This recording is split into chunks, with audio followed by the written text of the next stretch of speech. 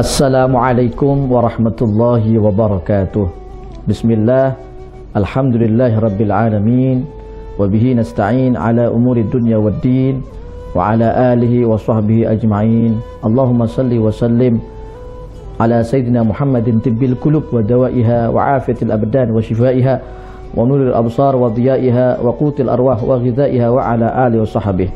Alhamdulillahi rabbil alamin. Ikhwani wa akhwati, para pemirsa MJA TV di rumah yang dirahmati oleh Allah Subhanahu wa taala. Alhamdulillah, kita masih diberi kesempatan lagi oleh Allah Subhanahu wa taala bisa melihat mata kita dengan hal-hal yang baik, bisa menggunakan jawarih kita, rangka badan kita dengan hal-hal yang baik, hal-hal yang positif, hal-hal yang diridhai oleh Allah dan Nabi Muhammad sallallahu alaihi wasallam. Tayyib ikhwani wa akhwati, para pemirsa MJA TV di rumah yang dirahmati oleh Allah Subhanahu wa taala, dengan kajian Lentera Ilmu ini, Al-Fakir akan menyampaikan bahwasannya pentingnya kita bertabarruk, pentingnya kita mengambil berkah. Tentunya banyak sekali arti-arti tabarruk. Ya, tabarruk sendiri itu bisa digunakan arti yang namanya itu mengambil berkah, barakah, ziyadatul khair, menambah daripada kebaikan. Banyak fenomena di luar, di antaranya para santri-santri ketika duduk dengan ustadznya, dengan kiainya, dengan gurunya, dengan syekhnya. Ketika guru tersebut keluar dari tempat duduknya, para santri berebutan untuk mengambil sisa daripada air minum yang bekas daripada gurunya. Walhasil ini adalah perbuatan yang dianjurkan, bahkan diajarkan oleh Allah kepada Nabi kita Muhammad sallallahu alaihi wasallam. Banyak di dalam dalil Al-Qur'an, dalam dalil hadis, kita mengambil berkah waktu, tempat, masa dan lain sebagainya. Banyak sekali. Tentunya banyak di antara mereka yang tidak faham, banyak di antara mereka yang masih mengiskalkan, masih membuat gaduh bahwasanya dalil tabarruk tidak ada dan ini itu. Padahal di Al-Qur'an Allah menyebutkan bagaimana di dalam firman-Nya di dalam surat Al-Imran ayat 96 Allah mengatakan inna awwala baitin wudi'a lin-nas lilladzi bi Bakkah mubarakan wa hudan lil alamin. Bahwasanya kata Allah Subhanahu wa taala, ini tabarruk tentang namanya tempat yang mulia. Kita dianjurkan bertabarruk, mengambil berkah di tempat yang mulia. Ya, seperti itu. Makanya Allah mengatakan sesungguhnya awal pertama kali tempat yang diciptakan oleh Allah untuk beribadah tiada lain di Masjidil Haram Mekah, di Bakkah. Nah, tempat di Mekah itu, di Masjidil Haram itu mubarak, ya, mubarakan, penuh berkah. Ya, makanya kita mengambil asar bekas daripada Masjidil Haram tersebut, kita duduk di situ, kita sujud di situ. Boleh saja. Bahkan tabaruk dengan waktu. Contohnya ketika Allah berfirman di dalam surat Ad-Dukhan ayat 3, beliau mengatakan inna anzalnahu fi lailatin mubarakah inna kunna mundzirin. Kata Allah Subhanahu wa taala, sesungguhnya kami Allah telah menurunkan Al-Qur'an kapan? Di waktu malam hari. Bayangkan, Allah mengambil berkah masanya di pada waktu malam hari, mubarakan, penuh daripada berkah. Dan banyak sekali bagaimana sahabat Nabi bertabaruk dengan rambutnya Nabi, dengan air wudhu sisa Nabi, dan banyak sekali. Tentunya hal-hal ini dianjurkan di dalam agama kita, di dalam agama Islam.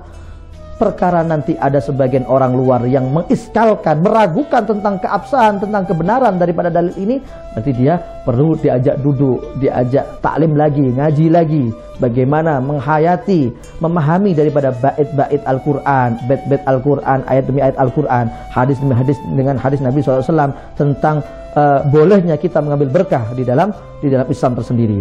Tapi di dalam kitab ini tentang masa tabarruk, pernah suatu ketika, ya, dikatakan matat akbaru banadin Nabi SAW. Pernah Nabi Muhammad itu punya anak yang paling besar yang bernama Zainab, ya.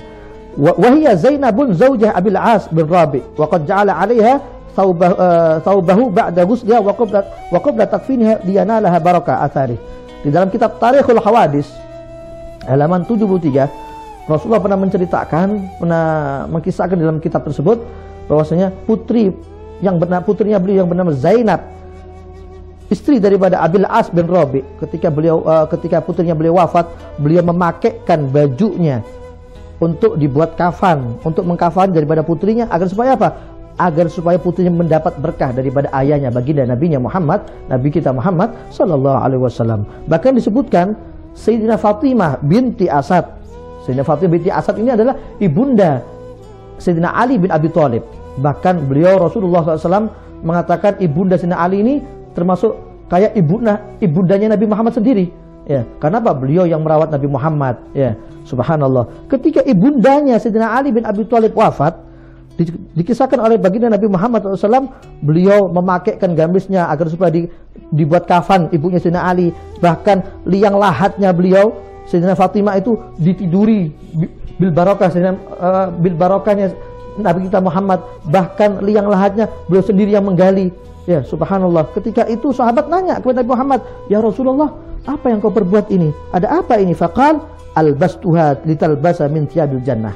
Aku memakaikan gamisku, pakaianku agar supaya untuk mengkafani ibunda Sayyidina Ali bin Abi Thalib agar supaya dia kelak nanti mendapat pakaian di surganya Allah Subhanahu wa taala. Dan ketika aku mentiduri daripada liang lahat tadi ini, ibunda Sayyidina Ali bin Abi Thalib ini agar supaya meringankan himpitan tanah di dalam kuburnya.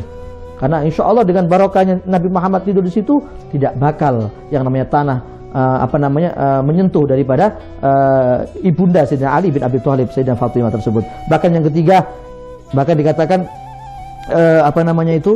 beliau liang tanahnya, bahkan innaha kanat ahsan khalqillah sun'an ilayya ba'da Abi Thalib. Bahkan dikatakan ibundanya Sayyidina Ali ini adalah orang yang sangat luar biasa, makhluknya Allah yang begitu bagus kepadaku setelah suaminya Abu Thalib.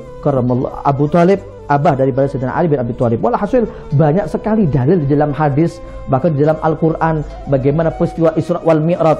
Di dalam surat Al-Isra itu ayat 1, subhanalladzi asra bi'abdihi lailan minal masjidil haram ilal masjidil aqsa alladzi barakna haulahu linuriyahu min ayatina innahu was-sami'ul basir. Satu ayat itu kalau kita perinci satu persatu dengan dengan hadisnya Nabi Muhammad tentang peristiwa Isra wal Mi'raj, itu banyak sekali dalil tentang berkah tabarruk di dalam Islam. Bagaimana Nabi Muhammad sebelum ke Masjidil Aqsa, beliau masih diajak mengambil berkah di satu tempat ke tempat yang lainnya, ke At-Thaibah, sekarang disebut dengan kota Madinah. Sebelum Nabi Muhammad hijrah ke Madinah, Nabi Muhammad sudah dikasih tahu oleh Allah ketika Isra wal Mi'raj, tidak langsung ke Al-Aqsa, tapi diajak ke At-Thaibah, ke Madinah, bahkan diajak ke asarnya Nabiullah Musa, ketika Nabiullah Musa bercengkrama dengan Allah di dalam Jabal Turi Sina. Rasulullah disuruh sholat di situ 2 rakaat mengambil barokah asar dari Nabiullah Musa. Bahkan Rasulullah pernah diajak sama malaikat Jibril bertempat bil barokah sholat 2 rakaat di tempat lahirnya Nabiullah Isa alaihissalatu wassalam yang disebut dengan Baitul Lahmin. Orang-orang luar mengatakan Bethlehem. Rasulullah mengambil berkah di situ.